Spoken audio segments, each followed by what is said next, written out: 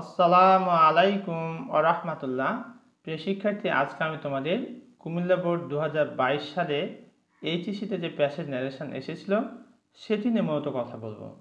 আর তোমাদের এই প্যাসেজটি ইনডাইরেক্ট স্পিচে পরিবর্তন করার জন্য তোমাদের দুটি বিষয়কে খুব গুরুত্ব সহকারে জানতে হবে।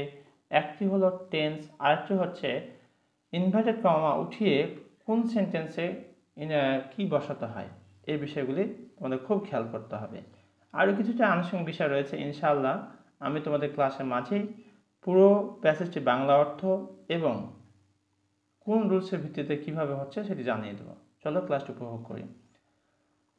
Change the narrative style by using indirect speeches. এটা ডাইরেক্ট স্পিচে দেওয়া আছে, তোমাদের ইনডাইরেক্ট স্পিচে পরিবর্তন করতে হবে। অনেক সময় পরীক্ষক ইনডাইরেক্ট স্পিচ থেকে ডাইরেক্ট স্পিচ করতে বলেন, অর্থাৎ যে কোনোটা তিনি দিতে পারেন, সেক্ষেত্রে তোমরা দুটোই খেয়াল রাখবে। এবার প্রথমে আমরা বাংলা অর্থটির দিকে খেয়াল করি। স্টপ, থামো। Didn't I tell you to stop? আমাকে তোমাকে থামতে বলিনি? You can not go there, তুমি সেখানে যেতে পারো না। Said the sergeant. সার্জেন্ট এই সব কথাগুলোই, অর্থাৎ একই ইনভার্টেড কমার ভিতরে যত বাক্য থাকে পুরো বাক্যই কিন্তু একজন বক্তাই বলে। তো এখানে তিনটি বাক্য রয়েছে, এই তিনটি বাক্য কে বলেছে? সার্জেন্ট বলেছে। Oh, very well, it is a hard thing to be very poor. All the world is against the poor, said the man. তখন লোকটি উত্তর দিচ্ছে, ওহ ভেরি ওয়েল, বাহ বেশ ভালো। ইট is hard thing to be very পোর, মানে গরিব হওয়াটা বেশ কঠিন।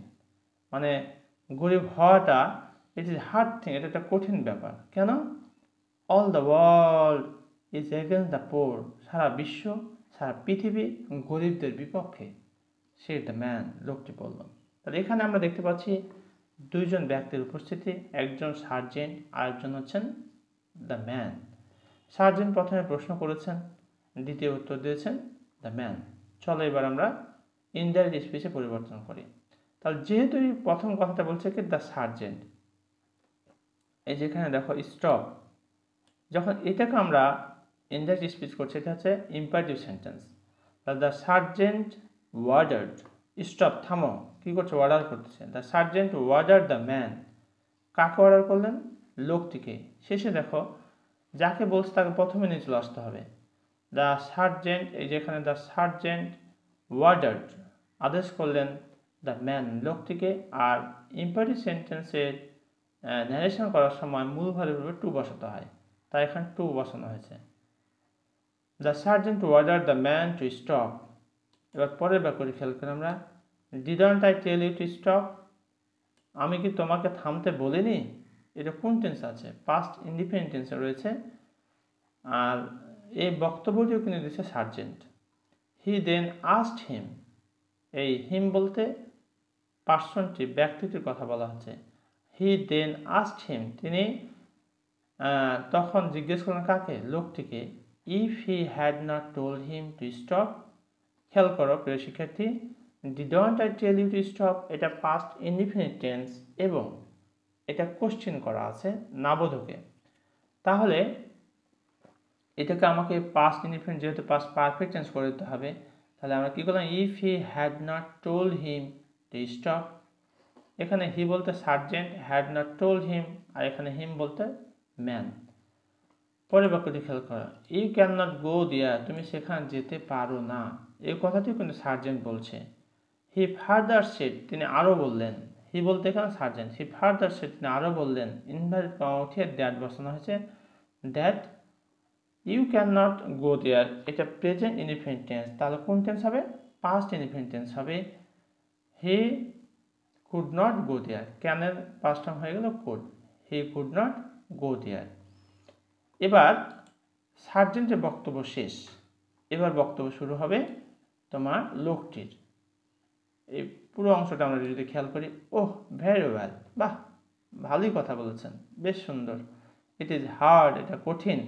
থিং, বিষয়, টু বি ভেরি পোর, মানে গরিব হওয়াটা তার বেশ কঠিন, মানে একটা দুঃখ বা কষ্ট নিয়ে এক ধরনের কথা বলছে, প্রথমে বিষয় প্রকাশ করে। কারণ all the world is against the poor, সারা বিশ্ব, সারা পৃথিবী গরিবদের বিপক্ষে। Said the man. এবার তাহলে লোকটি উত্তর দেবে।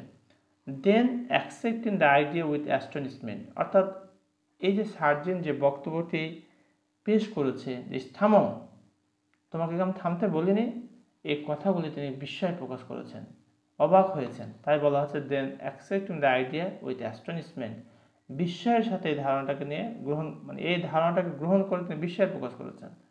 দ্য ম্যান সেড, লোকটি বললেন, দ্যাট, খেয়াল করে প্রিয় শিক্ষার্থী, it is hard thing to be very poor, it is hard thing to be very poor, যেখানে it is hard thing to be very poor, এই অংশটা কোন টেন্স আছে? এটা আছে প্রেজেন্ট ইনডিফিনিট টেন্স। তাহলে কোন টেন্স হবে? Past indefinite tense. এখানে খেয়াল করো ইনভার্টেড কর্ণে দ্যাট বসানো হয়েছে, দ্যাট ইজের পাস্ট ফর্ম ওয়াজ করে দেওয়া হয়েছে। It was hard thing to be very poor, বাকি সব কথা ঠিক আছে। এবার শেষের বাক্যটি খেয়াল করো, all the world is against the poor, all the world সারা বিশ্ব, সারা পৃথিবী, ইজ এগেন্স্ট দ্য পোর গরিবের বিপক্ষে।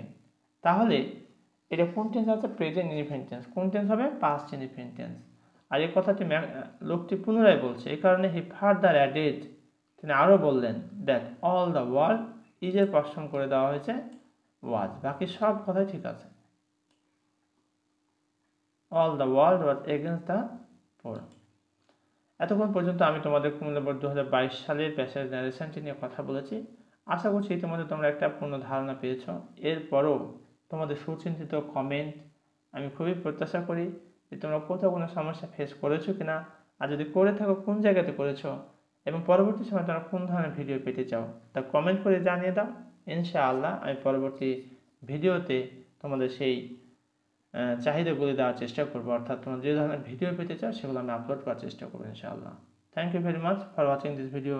আসসালামু আলাইকুম ওয়া রাহমাতুল্লাহ।